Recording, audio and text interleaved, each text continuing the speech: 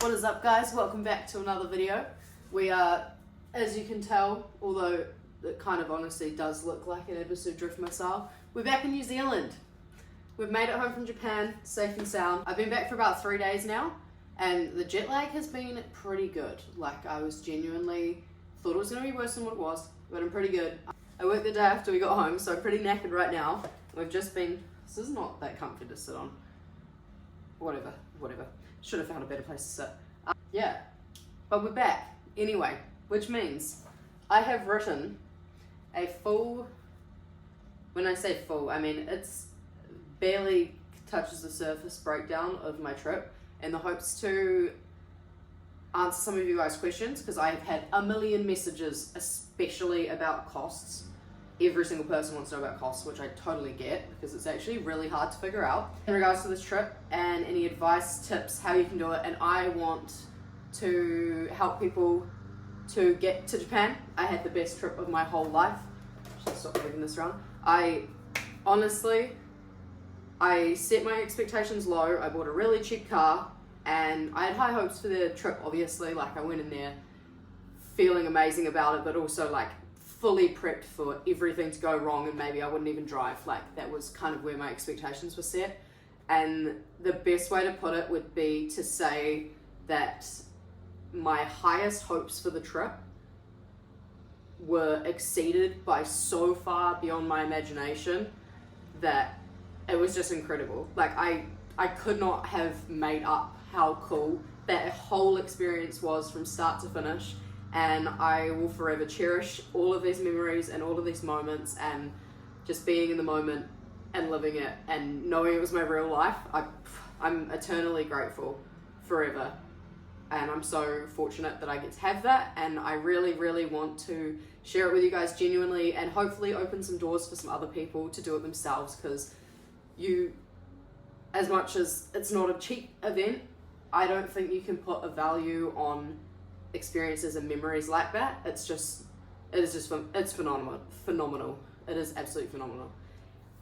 Biggest shout out to my friends, and as you guys will have seen in the videos, they were filming me, they were cheering me on, they were supporting me. Zach was working on my car. Like, I've never had any support like this ever, and it just meant so much to me. And I thank you guys so much, and I hope that they know that I appreciate them forever. And hopefully Zach and Bella will be buying a car next year. Fingers crossed. So we will be back next year, that is the plan. But for now, anyway, you guys, as much as I loved my trip, you guys probably don't care that much about hearing about how great my trip was. You just want to get there yourselves, I hope. So let's help you get there. First major question that I had was how I got my car. That's kind of the first step. I think I wouldn't book a trip personally without having the finances sorted for a car, and a car lined up or purchased or ready to go in some way, shape or form. I got my car through a private purchase. So the page private purchase, cool. A lot of people do it through word of mouth. If you know people in the scene, that sort of thing. My one was actually off the Gaijin Drift Cars Ebisu Japan Facebook page. Now, you do have to be invited to that page. If you are interested and you genuinely want to buy a car, flick me a message or comment on this video, or just get in contact with me somehow, and I will do my best to add you on through Facebook. I think we have to be Facebook friends, so I'll see if I can make it work, but I'm happy to add you if you are genuinely serious. So I got it off of that page. It was actually not even a post, it was just a comment on a page from some random dude in Australia that he had a car, and I was like, I'm just gonna message him. Like, what's the chances? I've got nothing to lose. So thank you so much to Zach, who is in Australia. You made this trip happen, and I will forever appreciate you for that. He's also a really lovely dude, so lots of time for him. Anyway, so through that page, I found the car. I was lucky enough that the car was originally a power vehicle supported. So there's a couple of ways you can get into the program. Easiest way is to buy a car directly off Power Vehicles, which you can go on the internet, just search up power vehicles. They have cars for sale. You can go on a waiting list and they will tell you what cars they've got coming up for sale, or maybe if they know of anything that's in their program that someone's selling privately, they can get in contact with you. So there's a bunch of different ways that they can do that. My one, obviously I found the guy personally off the Facebook page. The car was stored with power vehicles and therefore was power vehicle supported, which is incredible for what I needed. Perks of that for me, well, for anyone who buys through power vehicles, is that they will organize your tires. So you send them before your trip. They do a huge tire order. They have a container full of tires sitting there waiting for all the different people that power vehicles supported, and they just charge your account and you pay the bill.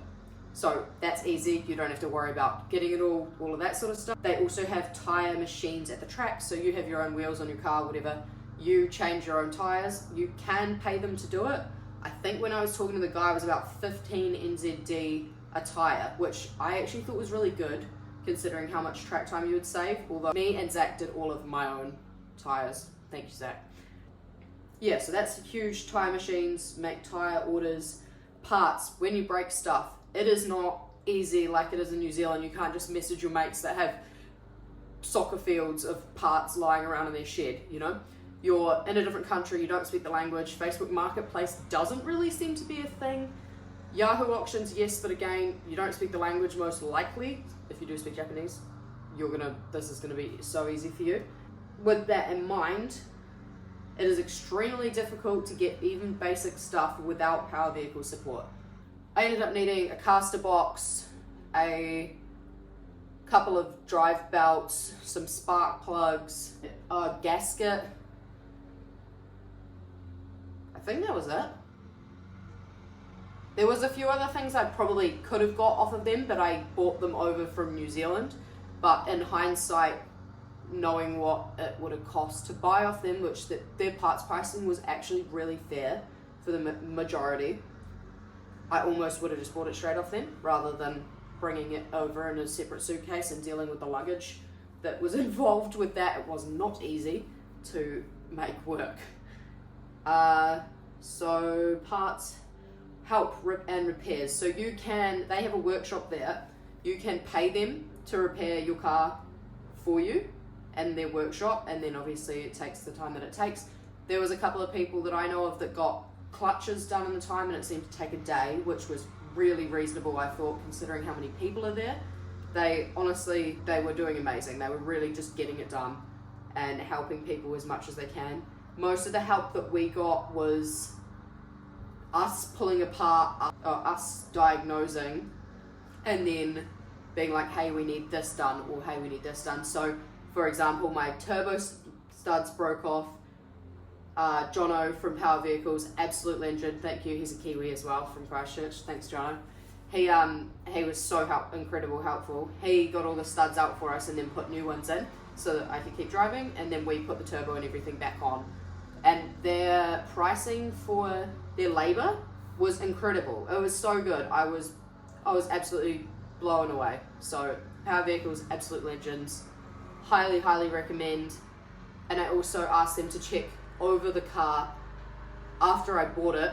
Probably could have done before, but after I bought the car, I got them to look over it and just tell me what they thought it needed, and they gave me a list, and I was like, okay, I'm just going to get them to do the windscreen because we can do the rest and bring the parts over and it'll make it cheaper and easier.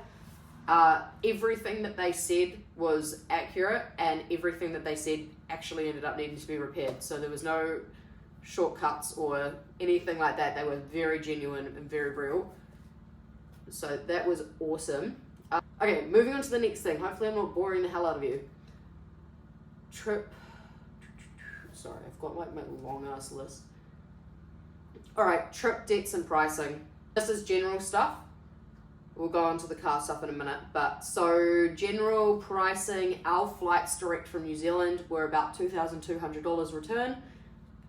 Pretty much everywhere else in the world they're way cheaper than that. New Zealand is in the middle of helling nowhere, so yeah, expensive. So that's annoying, but whatever. Anyway, next one, we did 13 days total.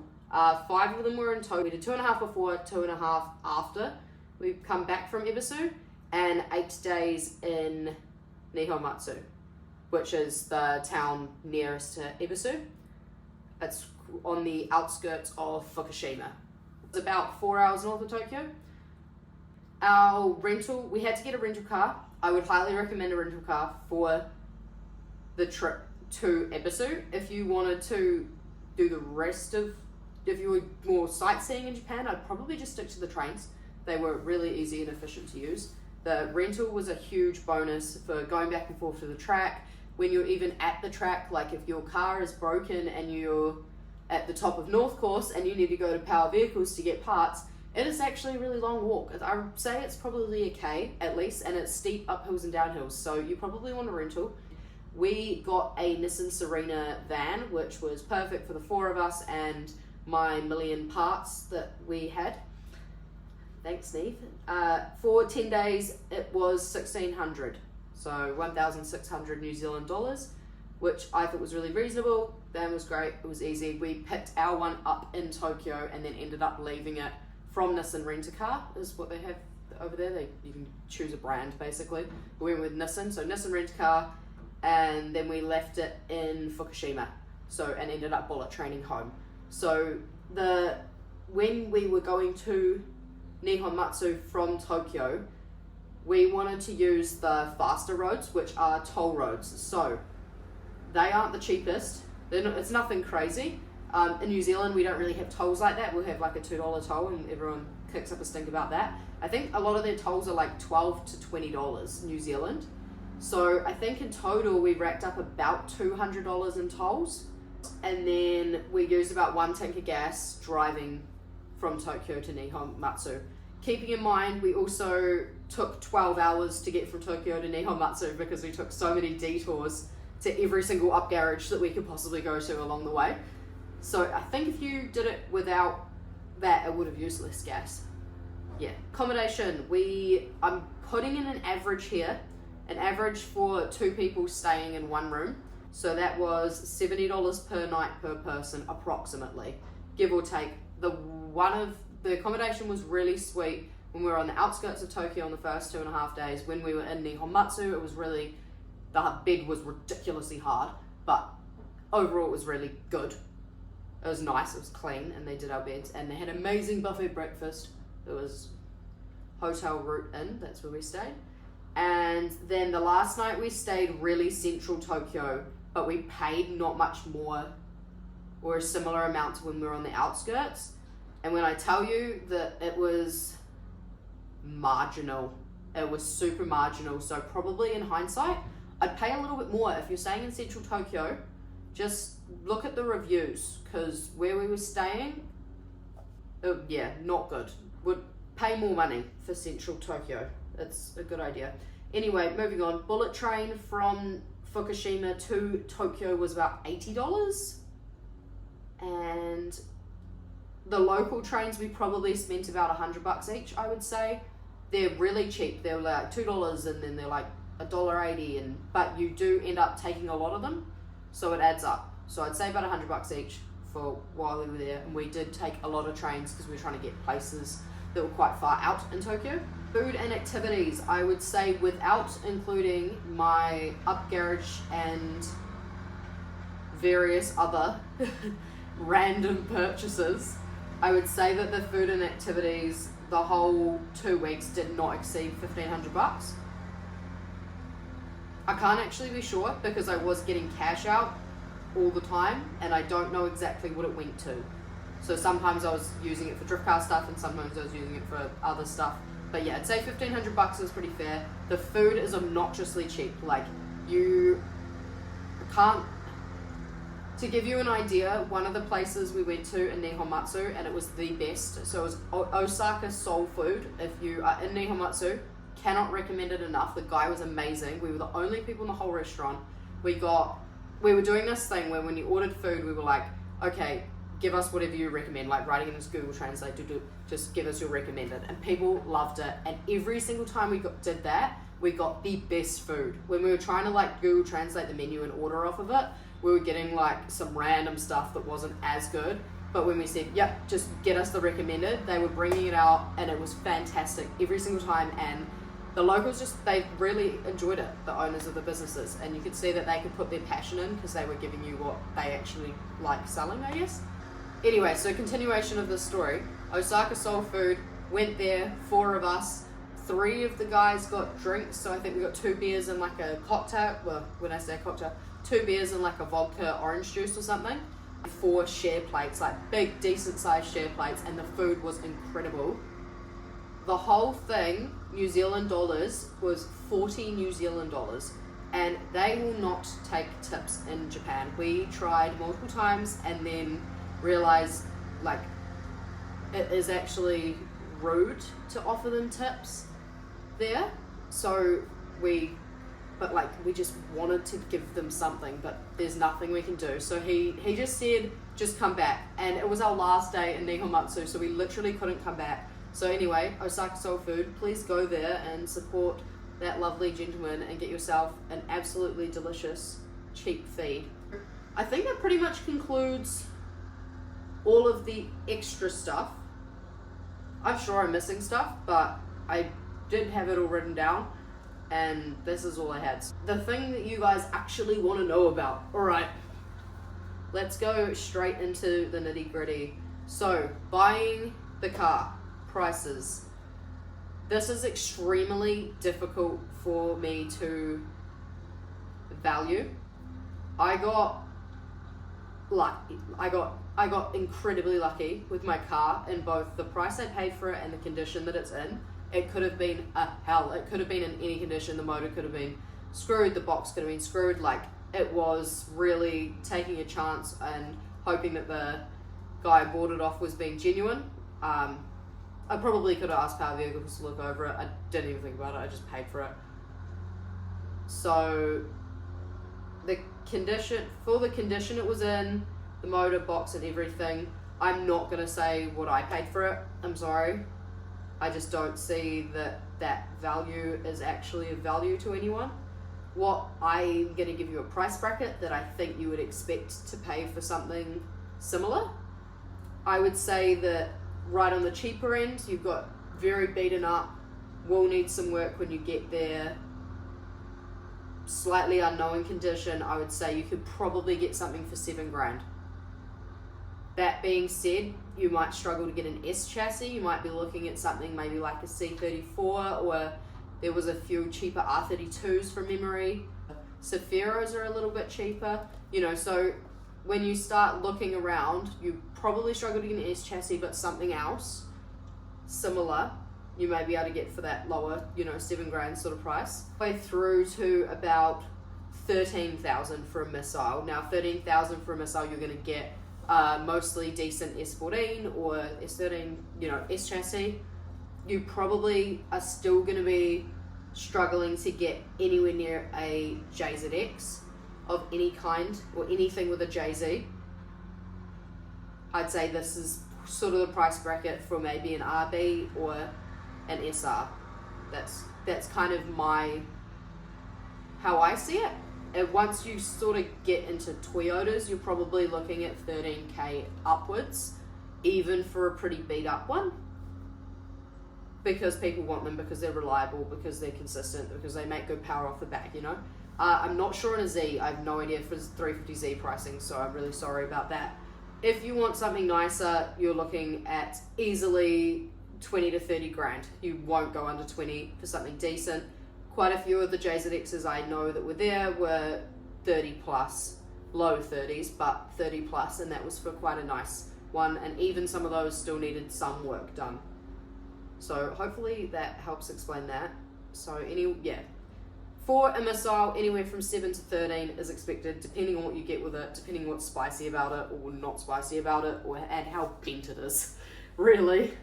Okay, next up, storage of the car. I bought my car there. It come with Power Vehicles storage. Because it was Power Vehicles car, I can store it with them, which is outside storage, just like in a sectioned off area at the track, so you don't have to trailer it or anything. It's around 50 New Zealand dollars a month, which is fantastic. It's incredibly cheap. I couldn't be more grateful to be able to do this, and that pricing makes this doable. If it was much more than that, it would be like, okay, can I actually afford to have this costing me money every day? But at that sort of price, like, you totally can make it work. Oh, general entry, I think it was about $100 per day for the drifting. So that was 4 or 5 course. I think when it was 4 course, it might have been 80, and 5 course, it was 100. And that was for a driver. So you do need to pay. And then passengers were $20 per day, approximately. On top of that, Matsuri fees were, I think it was $172 for the weekend. Overall, the whole week, I think I used 5 tanks of gas. Gas is very similar pricing to New Zealand at the track, because you do pay a little bit more for the convenience. It's fantastic, really. I think I used 5 tanks of gas and about $100 per tank. Tires were approximately $80 each for 215/45 17s. I used 16 in total. So do the math on that. Sorry, I'm not doing it. Semis. I had to buy 4 semis for the front. I bought 2. That was great. I used them for 2 days.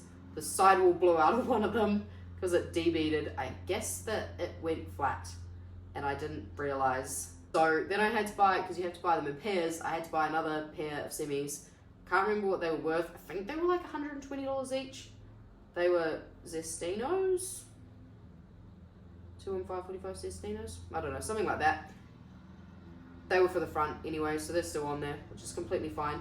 And then I spent, in parts and repairs, about $1,500 on the car, just to keep it going. That was pre me turning up to Japan, and the stuff we did throughout the week was about $1,500. Well, hopefully I've explained this in a way that is slightly interesting. If you have any more questions in regards to pricing or how to do stuff, please put it in the comments. If it needs to be messaged to me, that is fine. But if you can put it in the comments, that means that other people can see it and I can just answer it like once. Because I really, really want to help you guys and I want to answer everything, but I can't answer the same question 300 times. I don't have enough time in my day, I'm sorry. So if you can comment any questions, further questions that you guys have, I'm more than happy to help, and I don't plan on gatekeeping at all. So I want to get you guys there. If you want to get there, fire in the comments, get it going. Last, I've got a couple of more random little things that people wanted to know. Safety requirements. In order to be power vehicles or Sidex support, they now require you to have a cage, bucket seats and harnesses. And obviously you want to be wearing a helmet. There's no grading on the helmet. We were running, I think, some sort of motocross helmets and motorbike helmets, which isn't really fantastic. No harness devices, no gloves. I don't even know if you need pants, which is pretty crazy. It was honestly incredible. What we found out when we got there is Japan is cold, even in autumn. It was snowing. Bring cold clothes, bring wet weather gear. It is not, we're coming from New Zealand where it's spring, or like, you know, it's warming up, and you go there and it's like, whoa, what just happened? And the wind in Nihonmatsu is cold. Compared to Tokyo, Tokyo was warm, Nihonmatsu was freezing. So just keep that in mind when you're packing your suitcases. Pack warm clothes. Cash is king. There's other things. There's like Pasmo cards and like other heaps of other cards and stuff that I've seen other people using. We were just paying with cash because it was super easy. We got cash out in New Zealand, brought it over. You can get cash out at 7-Eleven. I think everyone's Visa card works completely fine there. So that was a savior. They've got ATMs. The fees are so low that you could just do that. That's what we found anyway. Definitely might look at getting a card if we're going to be continually going over there just for simplicity, but didn't find it necessary. Someone asked me if there was actually random cars on, like random cool cars on the street, and the answer is yes, much more than New Zealand or anywhere else I've ever been in the world. That it is really what they say it is. They're not everywhere. There's certain areas that are way more, but like we saw random GDRs, we saw random S13 parked outside someone's house. I seen like you just drive past and there would be like a workshop and it was just outside of it was just overflowing with JDM, with 90s JDM cars and 80s stuff. And we've seen there's random car yards that are full of them. There's literally like every second car is a Jimny, so if you're really into Jimnys, you'll be a big fan of that. Zach and Bella absolutely frothing over the whole trip, so that was pretty great for them. Genuinely like what they say, and you sort of started getting to the outskirts, you'd just be like looking down an alleyway and there's a R34, like you just anything, and lots of RX-7s interestingly. So yeah, it is actually like that. Did sim driving help you? Yes. I cannot put into words how much less stressed I was because of the sim driving. I think, obviously I've been sim driving, I haven't done that many hours, like I've been consistently doing little bits through a long time and getting better and learning how to tandem on there. I learned how to clutch in and handbrake on there.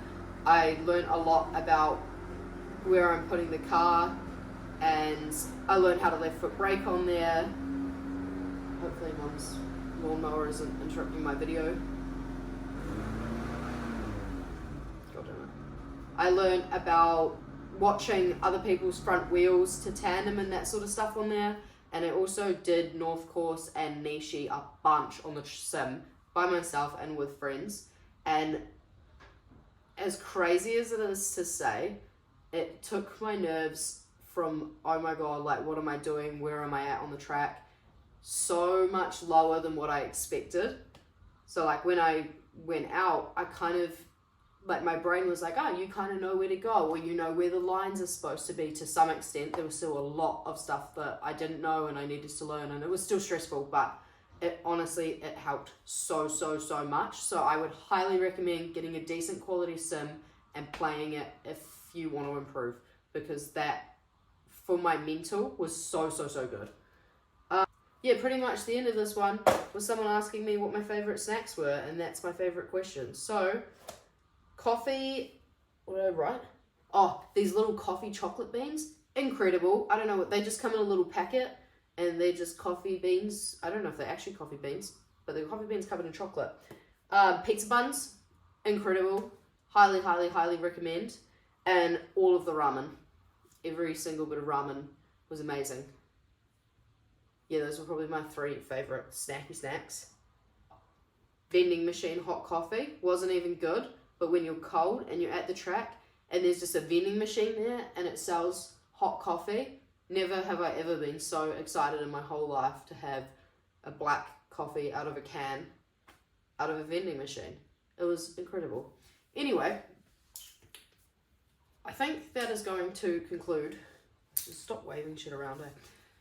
I think that's going to conclude this conversation, and I hope that I have helped and maybe even inspired. I've been told by a bunch of my friends that they are buying a car or getting a car to Japan next year.